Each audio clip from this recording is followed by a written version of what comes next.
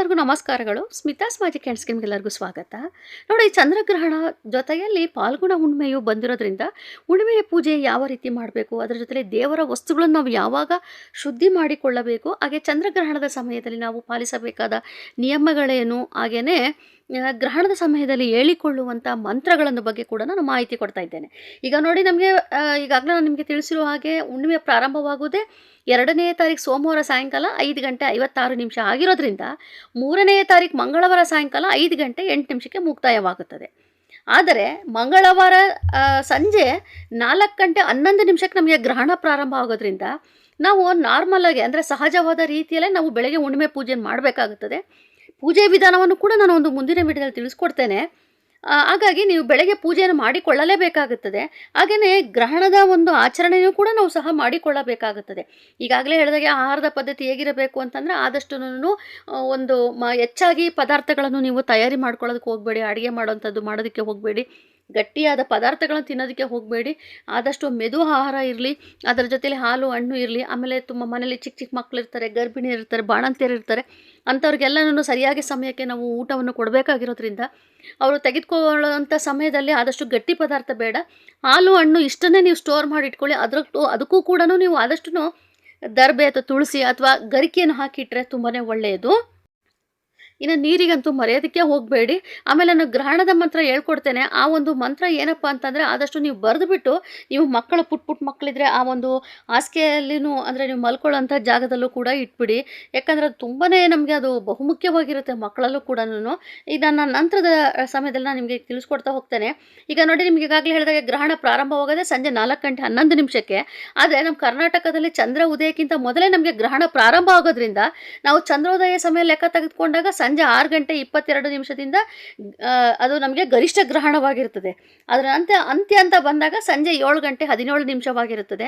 ಆದರೆ ಗ್ರಹಣದ ಆಚರಣೆ ಹೇಗಿರುತ್ತೆ ಅಂತಂದರೆ, 3 ಸಮಯದಲ್ಲೂ ಕೂಡ ಸ್ನಾನವನ್ನು ಮಾಡಬೇಕಾಗುತ್ತದೆ. ಆದಷ್ಟು ಆರೋಗ್ಯವಾಗಿರುವಂಥವ್ರು 3 ಸಮಯದಲ್ಲೂ ಕೂಡ ಸ್ನಾನವನ್ನು ಮಾಡ್ಕೊಳ್ತಾರೆ. ಮೊದಲನೇ ಸ್ನಾನ ಅಂತ ಬಂದಾಗ ಸಂಜೆ 4 ಗಂಟೆ 11 ನಿಮಿಷಕ್ಕೆ ಆಚರಣೆ ಮಾಡ್ತಾರೆ. ಅದು ಸ್ಪರ್ಶಕಾಲ ಆಗಿರುತ್ತದೆ. ಹಾಗಾಗಿ ಆ ಒಂದು ಸಮಯದಲ್ಲಿ ಒಂದು ಆಚರಣೆ ಪ್ರಾರಂಭ ಮಾಡ್ತಾರೆ. ಅಂದರೆ ಸ್ನಾನವನ್ನು ಮಾಡಿಕೊಂಡು ದೇವರ ಒಂದು ಪೂಜೆ ದೇವರ ಒಂದು ನಾಮಗಳು ಹೇಳ್ಕೊಳ್ಳುವಂಥದ್ದು, ಮಂತ್ರಗಳು ಹೇಳ್ಕೊಳ್ಳುವಂಥದ್ದು, ಇಷ್ಟವಾದ ದೇವರ ಆರಾಧನೆ ಮಾಡುವಂಥದ್ದು ಆಗಿರುತ್ತದೆ. ಆದರೆ ಇದರಲ್ಲಿ ತಿಳ್ಕೊಬೇಕಾಗಿರುವಂಥದ್ದು ಏನು ಅಂತಂದರೆ, ದೇವರ ಮನೆಯಲ್ಲಿ ಕೂತ್ಕೊಂಡು ಹೇಳ್ಕೊಳ್ಳೋದಕ್ಕೆ ಬರೋದಿಲ್ಲ. ಯಾಕಂದರೆ ದೇವರ ಮನೆ ಬಾಗಿಲನ್ನು ನಾವು ಕ್ಲೋಸ್ ಮಾಡಿರ್ತೇವೆ. ಪ್ರತಿಯೊಂದು ನೀವು ದೇವರ ಪೂಜೆ ಬೆಳಗ್ಗೆ ಹುಣ್ಣಿಮೆ ಪೂಜೆ ಮಾಡಿದ ನಂತರದಲ್ಲಿ ಪ್ರತಿಯೊಂದು ದೇವರ ಮೇಲೂ ಕೂಡ ನೀವು ದರ್ಬೆ ತುಳಸಿ ಅಥವಾ ಗರಿಕೆಯನ್ನು ಇಡಲೇಬೇಕಾಗುತ್ತದೆ. ಅದನ್ನು ಮರೆಯೋದಕ್ಕೆ ಹೋಗಬೇಡಿ. ಇಟ್ಬಿಟ್ಟು ದೀಪ ಹಚ್ಚಿ ದೇವ್ರ ಮನೆ ಕ್ಲೋಸ್ ಮಾಡಿಬಿಡಿ. ಸಂಜೆ ಸಮಯದಲ್ಲಿ ನಮ್ಗೆ ಅದು ಓಪನ್ ಮಾಡೋದು ಬೇಡ.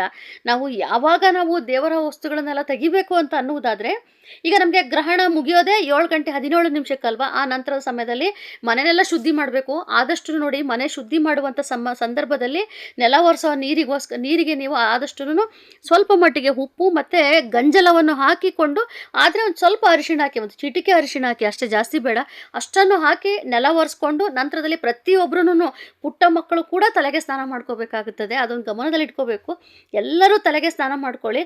ಅದರ ನಂತರ ಸ್ನಾನ ಮಾಡ್ಕೊಳ್ಳುವಂಥ ಸಂದರ್ಭದಲ್ಲಿ ನೀರಿಗೆ ಅಂದರೆ ಸ್ನಾನದ ನೀರಿಗೆ ಸ್ವಲ್ಪ ಮಟ್ಟಿಗೆ ಹಸಿ ಹಾಲು ಮತ್ತು ಗರಿಕೆ ಇಷ್ಟನ್ನು ಹಾಕಿಕೊಂಡು ನೀವು ಸ್ನಾನ ಮಾಡಲೇಬೇಕಾಗುತ್ತದೆ. ಯಾಕಂದರೆ ಅವತ್ತು ನಮಗೆ ಗ್ರಹಣ ಬಿಟ್ಟಿರುತ್ತೆ. ಹಾಗಾಗಿ ಆ ಒಂದು ಸಮಯದಲ್ಲಿ ನಮಗೆಲ್ಲ ದೋಷ ಕಳೀತು ಅಂತೇಳಿ ನಾವು ಒಂದು ಸ್ವಲ್ಪ ಮಟ್ಟಿಗೆ ಗರಿಕೆ ಮತ್ತು ಹಸಿ ಹಾಲನ್ನು ಹಾಕಿಕೊಂಡು ಸ್ನಾನ ಮಾಡಿಕೊಂಡು ನಂತರದಲ್ಲಿ ಯಾರಿಗೆಲ್ಲ ದೋಷ ಇರುತ್ತಂತ ಗೊತ್ತಿರುತ್ತಲ್ವ, ಆದಷ್ಟು ಗ್ರಹಣ ಬಿಟ್ಟ ನಂತರದಲ್ಲಿ ಸ್ನಾನ ಮಾಡಿಕೊಂಡು ದೇವರ ಪೂಜೆ ಮಾಡಿಕೊಂಡು ಹೋಗಿ ದೇವಸ್ಥಾನಕ್ಕೆ ಹೋಗಿ, ಶಿವನ ದೇವಸ್ಥಾನ ಆದರೂ ಪರವಾಗಿಲ್ಲ, ಹೋಗಿ ಅವತ್ತಿನ ದಿವಸದಲ್ಲಿ ಅಕ್ಕಿ ಬೆಲ್ಲವನ್ನು ನೀವು ಹೋಗಿ ಕೊಟ್ಟು ಬರುವುದು ಒಳ್ಳೆಯದು. ನಿಮಗೆ ದೋಷ ಇರಲಿ ಬಿಡಲಿ, ಆದಷ್ಟು ಗ್ರಹಣ ಬಿಟ್ಟ ನಂತರದಲ್ಲಿ ಅಕ್ಕಿ ಬೆಲ್ಲವನ್ನು ದೇವಸ್ಥಾನಕ್ಕೆ ಕೊಟ್ಟಾಗ ಮನೆಗೆ ಯಾವುದೇ ರೀತಿಯ ತೊಂದರೆಗಳು ಸಹ ಆಗೋದಿಲ್ಲ. ಹಾಗೆಯೇ ನಿಮಗೆ ಈಗ ದೇವರ ವಸ್ತುಗಳ ಬಗ್ಗೆ ಮಾಹಿತಿ ಕೊಡ್ತಾ ಇದ್ದೆ. 7 ಗಂಟೆ 17 ನಿಮಿಷಕ್ಕೆ ಗ್ರಹಣ ಬಿಟ್ಟ ನಂತರದಲ್ಲಿ ಪ್ರತಿಯೊಂದು ದೇವರ ಮನೆಯಲ್ಲಿರುವಂಥ ಎಲ್ಲ ವಸ್ತುಗಳನ್ನು ನಾವು ತೆಗೆಯಲೇಬೇಕಾಗುತ್ತದೆ. ತೆಗೆದು ದೇವರ ಮನೆಯನ್ನು ಕೂಡ ಒಂದು ಸ್ವಲ್ಪ ಮಟ್ಟಿಗೆ ಗಂಜಲ ಉಪ್ಪನ್ನು ಹಾಕಿ ನೀಟಾಗಿ ಶುದ್ಧಿ ಮಾಡಿಕೊಂಡು, ದೇವರ ಫೋಟೋ ಪ್ರತಿಯೊಂದಕ್ಕೂ ಕೂಡ ನೀರಿಗೆ ನೀವು ಸ್ವಲ್ಪ ಮಟ್ಟಿಗೆ ಗಂಜಲ ಹಾಕಿಕೊಂಡು ನೀರಿಂದ ಶುದ್ಧಿ ಮಾಡಿ, ಅದರ ನಂತರದಲ್ಲಿ ಹೊಸದಾಗಿ ನಾವು ಗಂಧ ಅರಿಶಿಣ ಕುಂಕುಮವನ್ನು ಎಲ್ಲವನ್ನು ಇಟ್ಟು, ಹೂವನ್ನು ಇಟ್ಟು, ಒಂದು ಪ್ರಸಾದ ಅಂತ ನೀವು ಏನಾದರೂ ಸರಿನೇ, ಹಾಲಾದರೂ ಸರಿನೇ ಅಥವಾ ಏನಾದರೂ ವಿಶೇಷವಾಗಿ ಅದು ಹುಣ್ಣಿಮೆನೂ ಆಗಿರೋದ್ರಿಂದ ಒಂದು ಪ್ರಸಾದ ಅಂತ ಮಾಡಿ ನೀವು ಒಂದು ಪೂಜೆಯನ್ನು ಮಾಡಿಕೊಂಡು ನಂತರದಲ್ಲಿ ನೀವು ಏನು ಬೇಕಾದ್ರೂ ಊಟ ಮಾಡ್ಕೋಬೋದು, ತೊಂದರೆ ಇಲ್ಲ. ಯಾಕೆ ಹೇಳ್ತಾ ಇದ್ದೀನಿ ಅಂದರೆ, ಬೆಳಗ್ಗೆಯಿಂದ ಗ್ರಹಣ ಅಂತ ಹೇಳಿ ಏನನ್ನು ಕೂಡ ಸರಿಯಾಗಿ ನಾವು ಆಹಾರವನ್ನು ಸಿದ್ಧತೆ ಮಾಡಿರೋದಿಲ್ಲ. ಹಾಗಾಗಿ ಸಂಜೆಯ ಸಮಯವೂ ಆಗಿರುತ್ತದೆ. ದೀಪಾರಾಧನೆ ಎಲ್ಲ ಆದ ನಂತರದಲ್ಲಿ ನೀವು ಸಹಜವಾಗಿಯೇ ಊಟ ಮಾಡಿಕೊಳ್ಳಬಹುದು. ನೋಡಿ ನಿಮಗೆ ಡಿಸ್ಪ್ಲೇ ಮೇಲೆ ಕಾಣಿಸ್ತಾ ಇರ್ಬೋದು ಚಂದ್ರಗ್ರಹಣದ ಶ್ಲೋಕ ಅಂತೇಳಿ. ಇದು ಬಹುಮುಖ್ಯವಾಗಿರುವಂಥದ್ದು. ಇದು ಪ್ರತಿಯೊಬ್ಬರು ಕೂಡ ಬರೆದಿಟ್ಕೊಂಡು ನೀವು ಅದನ್ನು ಗ್ರಹಣದ ಸಮಯದಲ್ಲಿ ಹೇಳಿಕೊಳ್ಳಬೇಕಾಗುತ್ತದೆ. ನಂತರದಲ್ಲಿ ಗ್ರಹಣ ಬಿಟ್ಟ ನಂತರದಲ್ಲೂ ಕೂಡ ನೀವು ಸ್ನಾನ ಮಾಡಿ ದೇವರ ಪೂಜೆ ಮಾಡ್ತಿರಲ್ಲ, ಆ ಒಂದು ಸಂದರ್ಭದಲ್ಲೂ ಕೂಡ ಈ ಒಂದು ಶ್ಲೋಕವನ್ನು ಹೇಳ್ಕೊಂಡು ನಂತರದಲ್ಲಿ ನೀವು ದೇವಸ್ಥಾನಕ್ಕೆ ಅಕ್ಕಿ ಬೆಲ್ಲವನ್ನು ತೆಗೆದುಕೊಂಡು ಹೋಗಿ ಕೊಟ್ಟಾಗ ನಿಮಗೆ ಯಾವುದೇ ರೀತಿಯ ತೊಂದರೆಗಳು ಆಗೋದಿಲ್ಲ. ಇದು ಪ್ರತಿಯೊಬ್ಬರು ಕೂಡ ಮಾಡಬೇಕಾಗುತ್ತದೆ. ಹಾಗೇನೆ ಇದನ್ನ ಇನ್ನೊಂದು ಮಾಹಿತಿ ಏನಪ್ಪ ಅಂದರೆ, ಈಗ ಪುಟ್ಟ ಮಕ್ಳು ಇರ್ತಾರೆ, ಅಂದರೆ ಚಿಕ್ಕ ಚಿಕ್ಕ ಮಕ್ಕಳು ಮಲ್ಕೊಂಡಿರ್ತಾರೆ. ಅಂಥ ಒಂದು ಸಂದರ್ಭದಲ್ಲಿ ಇದನ್ನು ಬರೆದಿಟ್ಬಿಟ್ಟು ಒಂದು ಹಾಳೆಯಲ್ಲಿ ಬರೆದು ಅವರ ಒಂದು ದಿಂಬಿನ ಕೆಳಗೂ ಕೂಡ ಇಡಿ. ಅದು ತುಂಬಾ ಒಳ್ಳೆಯದು. ಯಾಕಂದರೆ ಗ್ರಹಣ ಅಂತ ಬಂದಾಗ ನಾವು ಅದನ್ನು ಪಾಲನೆ ಮಾಡಲೇಬೇಕಾಗುತ್ತದೆ. ಹಾಗಾಗಿ ನಮ್ಮ ಒಂದು ಎಷ್ಟು ಸಾಧ್ಯನೋ ಅಷ್ಟು ನಾವು ಅದರಿಂದ ನಾವು ಒಂದು ಒಳ್ಳೇದು ಮಾಡ್ಕೊಳ್ತಾ ಹೋಗೋಣಂತೆ. ಹಾಗೆಯೇ ನಂತರದಲ್ಲಿ ಇನ್ನೂ ಒಂದು ಮಂತ್ರ ಅಂತ ಬಂದಾಗ, ಇದು ನೋಡಿ ಆದಷ್ಟು ಗರ್ಭಿಣಿ ಮತ್ತು ಬಾಣಂತಿಯರಿಗೆ ಹೇಳಿಕೊಳ್ಳುವಂಥ ಮಂತ್ರ. ಇದು ಸಂತಾನ ಗೋಪಾಲ ಮಂತ್ರವಾಗಿರುತ್ತದೆ. ಇದನ್ನು ನೋಡಿ ಗರ್ಭಿಣಿಯರು ಹೇಳ್ಕೊಳ್ಳೋದ್ರಿಂದ ಅವ್ರ ಹೊಟ್ಟೆಲಿರುವ ಮಗುವು ಕೂಡ ತುಂಬಾ ಒಳ್ಳೆಯದಾಗುತ್ತೆ. ಇದನ್ನು ಬಿಡೋದಕ್ಕೆ ಹೋಗಬೇಡಿ. ಎಷ್ಟು ಸಾಧ್ಯನೋ ಅಷ್ಟು ಹೇಳ್ಕೊಳ್ತಾನೆ ಇರಿ. ನಾನು ಇಷ್ಟು ಸರಿ ಅಂತ ನಾನು ಹೇಳೋದಕ್ಕೆ ಹೋಗೋದಿಲ್ಲ, 108 ಬಾರಿ 11 ಬಾರಿ ಅಂತ ಹೇಳೋದಿಲ್ಲ. ಯಾಕಂದರೆ ಗ್ರಹಣ ನಮಗೆ ಕೊನೆ ಪಕ್ಷದಲ್ಲಿ ಈಗ ನಮಗೆ 4 ಗಂಟೆ 11 ನಿಮಿಷಕ್ಕೆ ಪ್ರಾರಂಭ ಆದರೆ ಅದು 7:17ಕ್ಕೆ ಮುಗಿಯುತ್ತೆ. ಆದರೆ ನಮಗೆ ಗ್ರಹಣ ಸಂಪೂರ್ಣ ಗ್ರಹಣ ನಾವು ನೋಡುವಂಥದ್ದು 22 ನಿಮಿಷದಿಂದ 25 ನಿಮಿಷದ ಒಳಗೆ ನಮಗೆ ಅಷ್ಟೇ ಗ್ರಹಣ ಕಾಣಿಸುವಂಥದ್ದು. ಆದಷ್ಟು ಎಷ್ಟು ಸಾಧ್ಯನೋ ಅಷ್ಟು ನೀವು ಈ ಒಂದು ಸಂತಾನ ಗೋಪಾಲ ಮಂತ್ರವನ್ನು ಹೇಳ್ಕೊಳ್ಳಿ. ಗರ್ಭಿಣಿಯರು ಅಷ್ಟೇ ಅಲ್ಲದೆ ಬಾಣಂತಿಯರು ಕೂಡ ಈ ಒಂದು ಮಂತ್ರವನ್ನು ಹೇಳ್ಕೋಬೇಕು. ಯಾಕೆ ಹೇಳ್ತಾ ಇದ್ದೀನಿ ಅಂದರೆ, ಪುಟ್ಟ ಮಕ್ಕಳು ಇರ್ತಾರಲ್ವ, ಅವರಿಗೋಸ್ಕರನಾದರೂ ನೀವು ಈ ಒಂದು ಮಂತ್ರವನ್ನು ಹೇಳ್ಕೋಬೇಕು.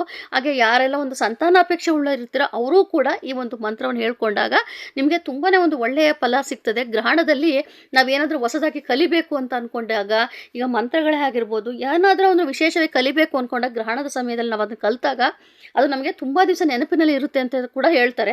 ಹಾಗಾಗಿ ಆದಷ್ಟು ಇದನ್ನು ಹೇಳ್ಕೊಂಡು ಗ್ರಹಣದ ಸಮಯದಲ್ಲಿ ನೀವು ಹುಷಾರಾಗಿದ್ದರೆ ತುಂಬಾ ಒಳ್ಳೆಯದು. ಈಗಾಗಲೇ ನಿಮಗೆ ಯಾವ ರೀತಿ ಪದ್ಧತಿ ಅನುಕರಣೆ ಮಾಡಬೇಕು ಅಂತ ಹೇಳಿದ್ದೇನೆ. ಕಿಟಕಿ ಬಾಗಿಲು ಏನನ್ನು ಕೂಡ ತೆಗೆಯೋದಕ್ಕೆ ಹೋಗಬೇಡಿ, ಚೂಪಾದ ವಸ್ತುಗಳನ್ನ ಮುಟ್ಟೋದಕ್ಕೆ ಹೋಗಬೇಡಿ.